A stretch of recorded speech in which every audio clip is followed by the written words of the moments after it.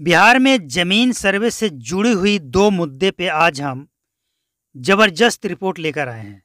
इस रिपोर्ट को अगर आप पूरा देखेंगे तो यकीन मानिए आपकी ये दोनों समस्या का समाधान आज अभी इसी वक्त इस रिपोर्ट को देखने के बाद होने वाला है।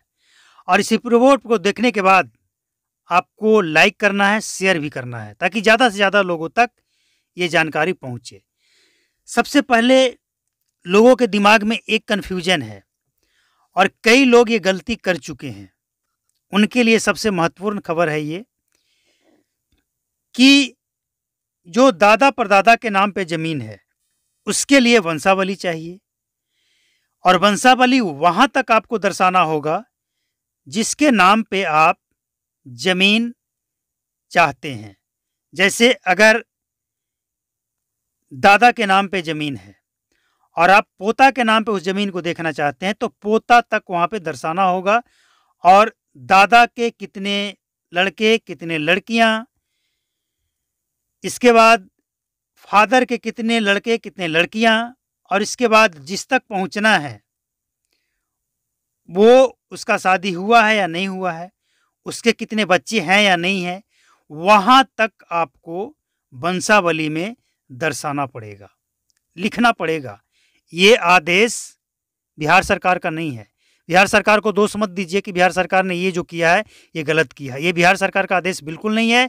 ये सुप्रीम कोर्ट का फैसला है कि बाप दादा के जमीन जायदाद में जितना अधिकार बेटा का उतना ही अधिकार बेटी का होगा।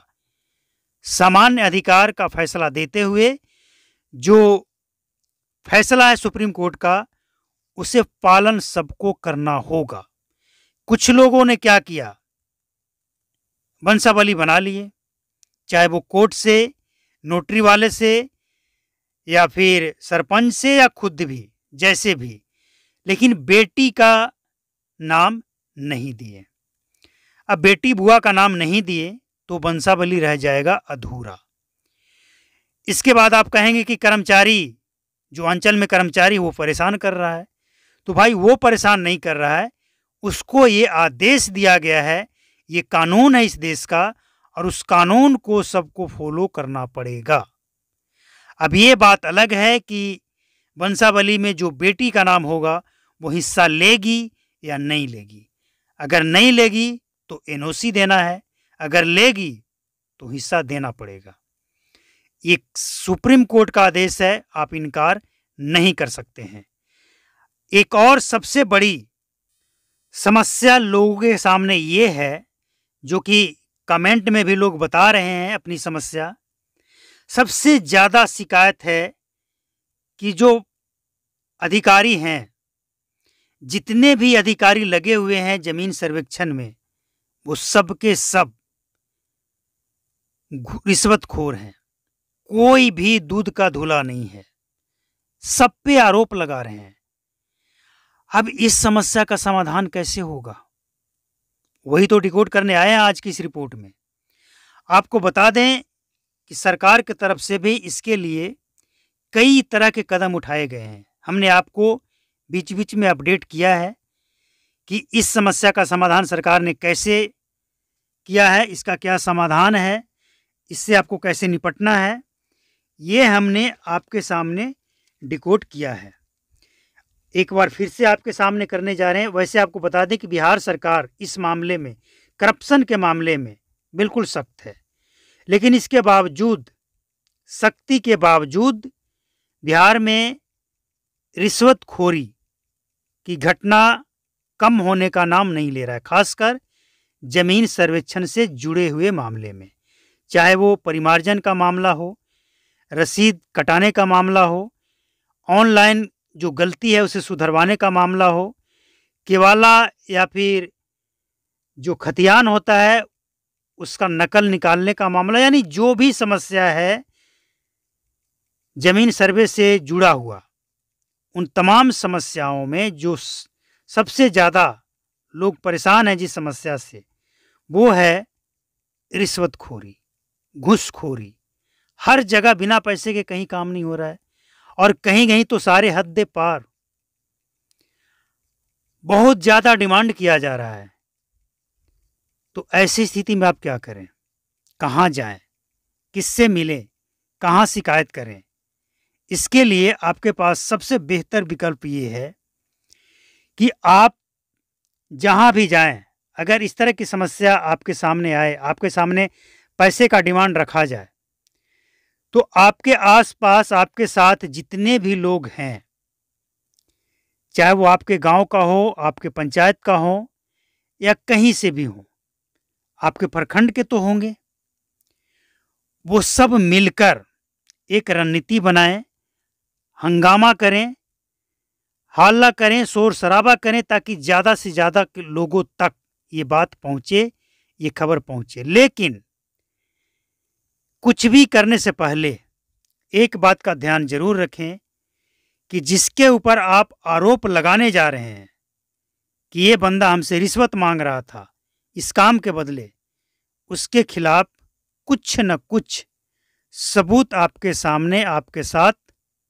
होना चाहिए, वरना आप उल्टे भी फंस सकते हैं। तो जब आपके पास सबूत होगा, आप 2-4 लोग हंगामा करेंगे, इसके बाद उस पर जो कार्रवाई होगी, आपका दिल खुश हो जाएगा। अगर आप ये भी नहीं कर सकते हैं,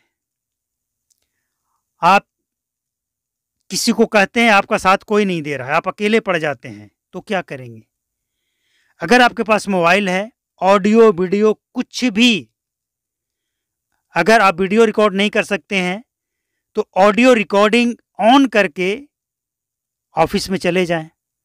जो भी बातें होगी वो सारा रिकॉर्ड हो जाएगा, और इसके बाद जो रिजल्ट आएगा सामने, आप सोच भी नहीं सकते हैं, क्योंकि आपके पास प्रूफ होगा।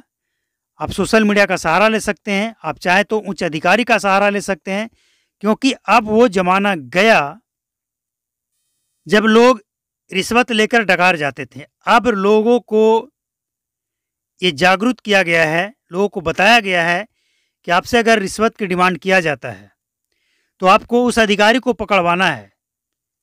स्पेशल टीम, निगरानी ब्यूरो एक जो है ना, वो खुद ही आपसे मिलकर प्लान बनाती है, और वो खुद आपको पैसे भी देती है, और वही पैसे आपको जाकर देने होते हैं। और जैसे ही आप पैसे देते हैं, वो लोग on the spot red hand पकड़ लेते हैं। इसके बाद ना कुछ कहने को न सुनने को रह जाता है, क्योंकि सब कुछ ऑन रिकॉर्ड शुरू हो जाता है। तो जो भी आपके पास ऑडियो वीडियो है उसे रख लें, इसके बाद हंगामा करें। आप चाहें तो खुद भी इंटरनेट पर डाल सकते हैं, या फिर आप चाहें तो मीडिया का भी सहारा ले सकते हैं। और हम समझते हैं कि ये दो ऐसी मसला है लोगों के लिए, रैयत के लिए, जमींदार के लिए, किसान के लिए, जमीन मालिक के लिए, जिससे हम समझते हैं कि हर गांव में कम से कम 60% से ज़्यादा लोग इस समस्या को फेस कर रहे होंगे।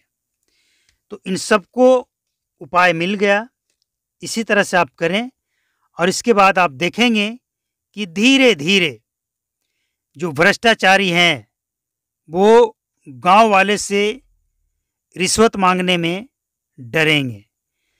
दलाल का सफाया हो जाएगा, और वो समझ जाएंगे कि अब ये सब नहीं चलेगा, अब पारदर्शिता आ गई है, मेरे पास कितनी संपत्ति है इसका टोटल डेटा सरकार के पास जाता है, और उसके बाद उसमें कितना इजाफा हुआ है, कहाँ से हुआ है, ये भी सरकार के पास पहुँचेगा।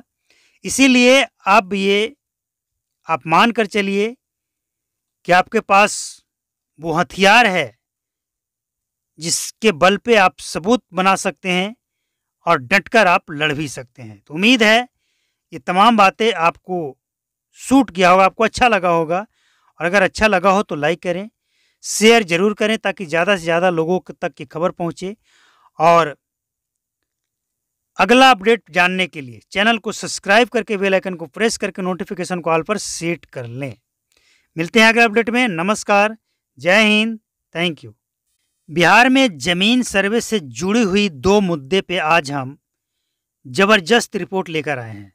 इस रिपोर्ट को अगर आप पूरा देखेंगे तो यकीन मानिए आपकी ये दोनों समस्या का समाधान आज अभी इसी वक्त इस रिपोर्ट को देखने के बाद होने वाला है। और इस रिपोर्ट को देखने के बाद आपको लाइक करना है, शेयर भी करना है, ताकि ज़्यादा से ज़्यादा लोगों तक ये जानकारी पहुँचे। सबसे पहले लोगों के दिमाग में एक कन्फ्यूजन है और कई लोग ये गलती कर चुके हैं।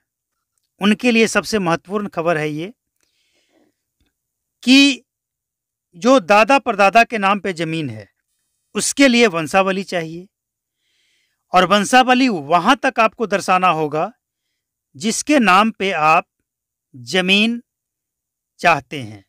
जैसे अगर दादा के नाम पे ज़मीन है और आप पोता के नाम पे उस ज़मीन को देखना चाहते हैं तो पोता तक वहाँ पे दर्शाना होगा, और दादा के कितने लड़के कितने लड़कियाँ, इसके बाद फादर के कितने लड़के कितने लड़कियाँ, और इसके बाद जिस तक पहुँचना है